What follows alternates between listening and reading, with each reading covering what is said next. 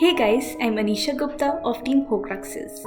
Our team comprises of Bhumika Chauhan, Aryan Raj Jaiswal, Amritanshu Shukla, Abhyuday Dutt Agarwal, Darpan Gupta, and Chitranshu Sharma. For our team project, we chose the topic Interview Hacks. After a break of almost 2 years, we all have become a little bit too laid back.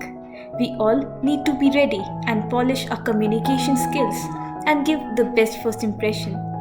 Interviews are the stepping stone for our future career and we need to give our best. Therefore, we will tell you all about the do's and don'ts, the mistakes we make, and everything in between in our presentation.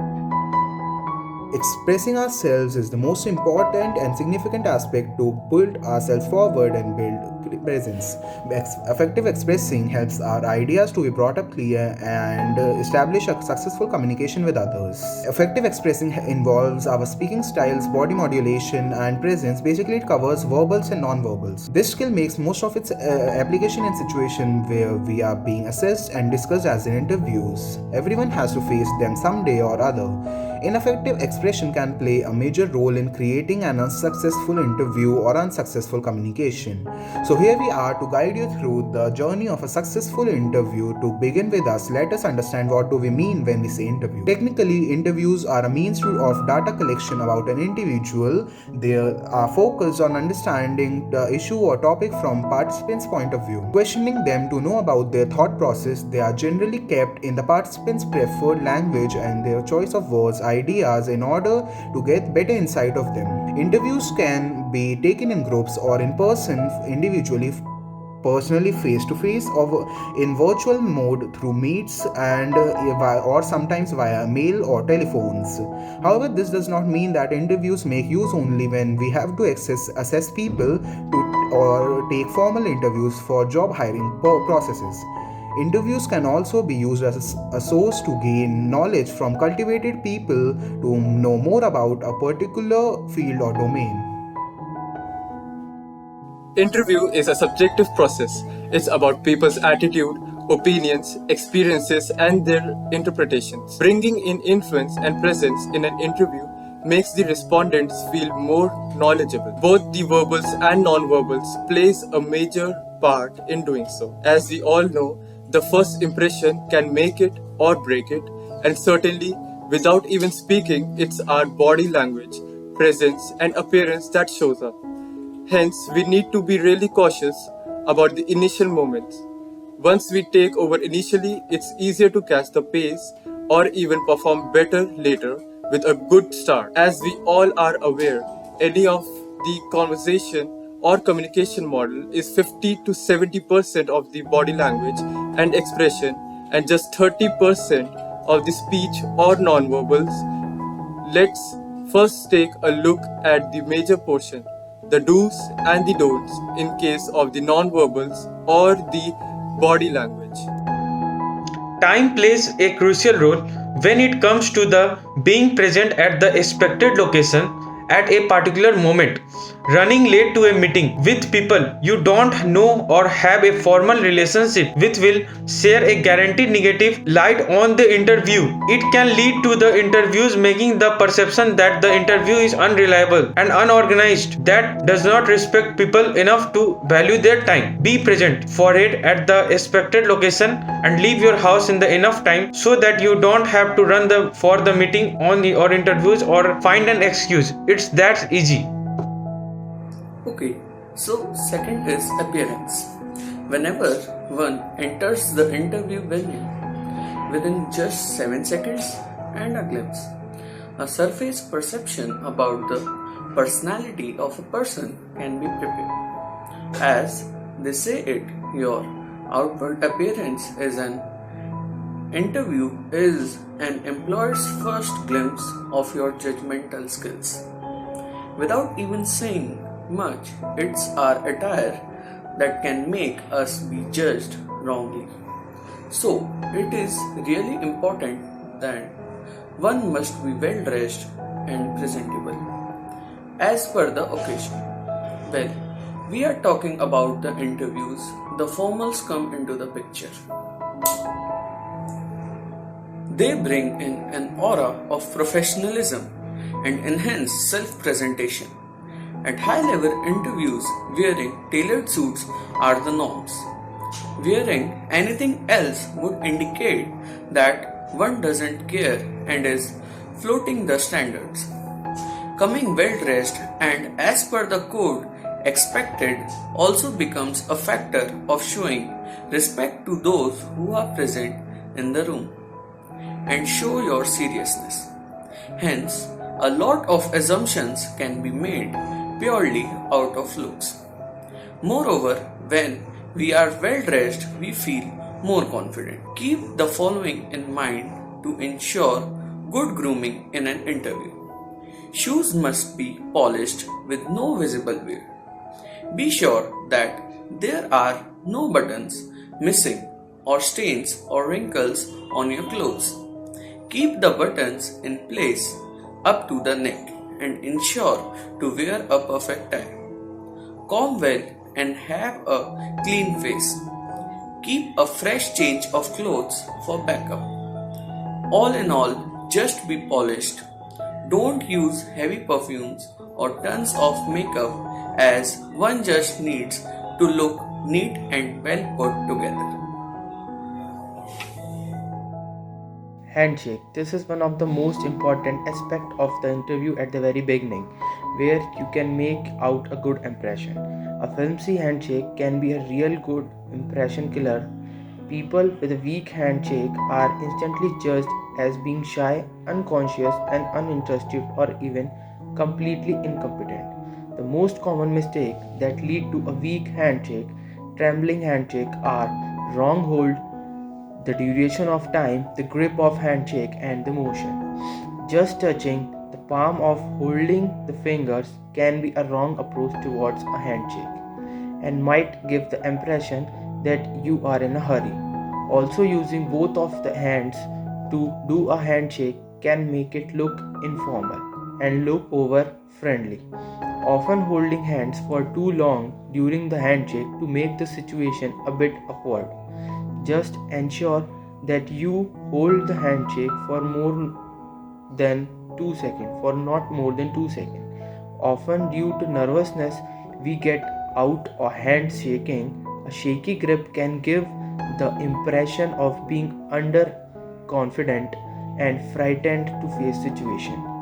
On the other hand, squeezing others' hand and holding it tight can make you look overexcited. So keep a check on that. Keep it a firm handshake. Lastly, beware of initiating a law of motion in the handshake. Moving the hands with a jerk and shaking them up and down can indicate lack of sincerity and make it look childish. Just keep in mind that if your entire arm is moving during the handshake, then it is not a part of a perfect handshake. Just shake the wrist once or twice a handshake. Chewing gum. It can be really annoying and distracting to talk to someone who is chewing on gum, especially when talking about formal scenarios. It is highly inappropriate and unacceptable in a formal interview. It can be perceived as a gesture of high disrespect for the interviewers. Apart from that, it makes one look immature and self-centered. It will not make one look cool, at least in a formal situation, but it can surely act as a source of irritation. Eye contact. Well, talking so far, eye contact is the strongest factor that can reflect the personality of a person at a first glance. It has a very powerful influence on how we view someone. Maintaining eye contact in a conversation brings in confidence, which depicts that the person is capable of expressing herself or himself boldly and without fear. It also indicates that the person is attentive and listening. The sparks of personality lie in the eyes. This sparkle inspires the employer, letting them know that your adrenaline is up and you are interested and engaged in what is being presented and expressed. It builds trust and reliability. Good eye contact in an interview means that you are interested and appreciative of the employee's time. People who avoid eye contact are considered less sincere, more anxious, underprepared, and not ready. They can even be considered as lacking confidence. Now, this can wash away and neglect all your knowledge that you may have, because in the end it's all about the way you can get people listening to your views and opinions. Now, establishing and maintaining eye contact does not mean that you have to stare at people. This might make it uncomfortable for them and can also make you look arrogant. Just don't be afraid to look in the eyes of the interviewer from time to time, instead of constantly looking around or finding other places to rest your eyes on. Playing with hair can send a very deceptive and informal message at times of a formal meetup. It might even be misunderstood as flirting, which is something that can be completely pointless and inconvenient during an interview. Playing with hair or scratching your head can make you look anxious, underconfident, nervous, or uncomfortable, which are completely undesirable traits in an official situation. Female candidates must take special care on this part. Sometimes one tends to pick objects nearby, like a pen or anything kept by their side, and starts playing with it. Well, it may be out of habit, but it can make an impression that you are uninterested in the conversation and not paying attention properly. It can even indicate nervousness. So avoid doing such things. Checking phones or laptops during an interview can again be a big blunder, as it is so ignorance towards conversation, not only reducing conversation quality but also participation and engagement. This counts even checking time on the screen. Maintaining personal spaces. The space between you and other person depends on your relationship and the situation. There is a certain distance to be kept in mind during the formal conversation. A 4 feet distance is healthy and preferred distance between the two. Standing too close and invading someone's personal space can make you look aggressive, and at the same time, standing or sitting far away can make you seem uninterested or shy. Making distracting noises. Tapping feet continuously or drumming pen on desk can be a great source of annoyance. It can indicate irritation, impatience, or nervousness. It might even give the impact that you are purposely trying to irritate them or draw attention. In formal situations, it is quite evident to crack knuckles in order to relieve stress. But that can be really annoying for others, so try avoiding that. So far, we have talked about what we do in an interview. Now, what we do in an interview is almost as important as what we actually say. So, let's jump on to the verbal part of an interview. Communicating with ease goes hand in hand in feeling comfortable in an interview. In order to do well in an interview, one must communicate in a clear and confident way. Here are some steps to accomplish that. So far, we talked about what to do in an interview. Now, we are going to talk about what to say in an interview, because what we say in an interview is almost as important as what we do in an interview. And now, let's jump on the verbal part of an interview. Know what the employer is looking for before going for the interview. This is because both you and the interviewer will be talking on the same grounds. With this, both the interviewer and interviewee will be at ease, because the interviewee understands what the interviewer is looking for. Keep a treasured chest of stories to be put forward in the interview.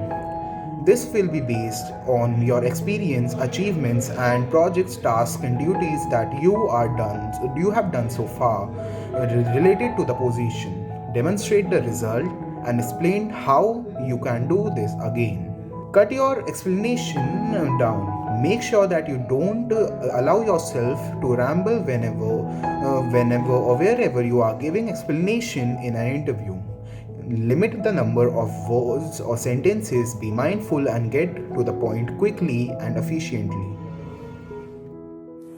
Fourth, stop overthinking and over-criticizing yourself.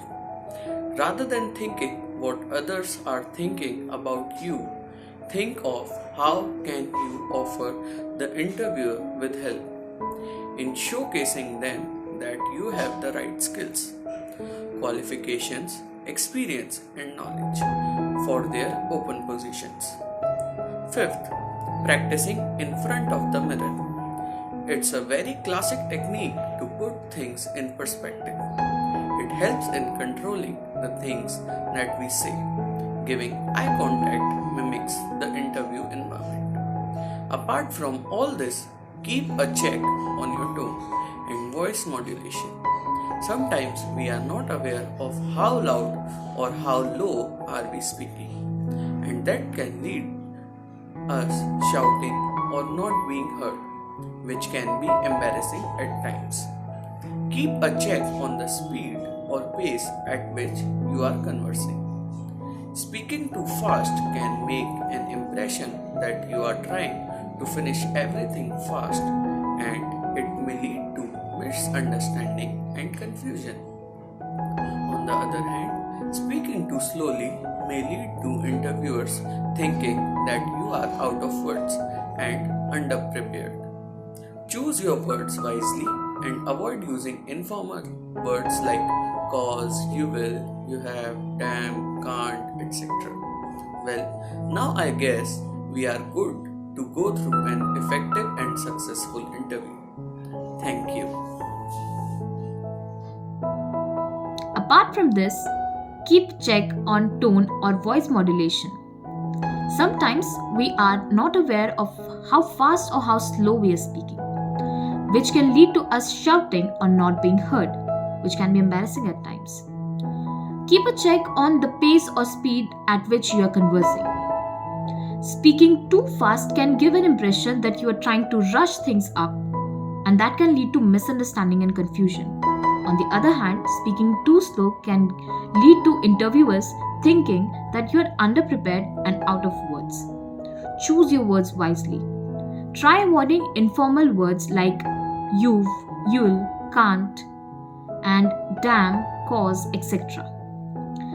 Well, now I guess we are good to go through an effective and successful interview.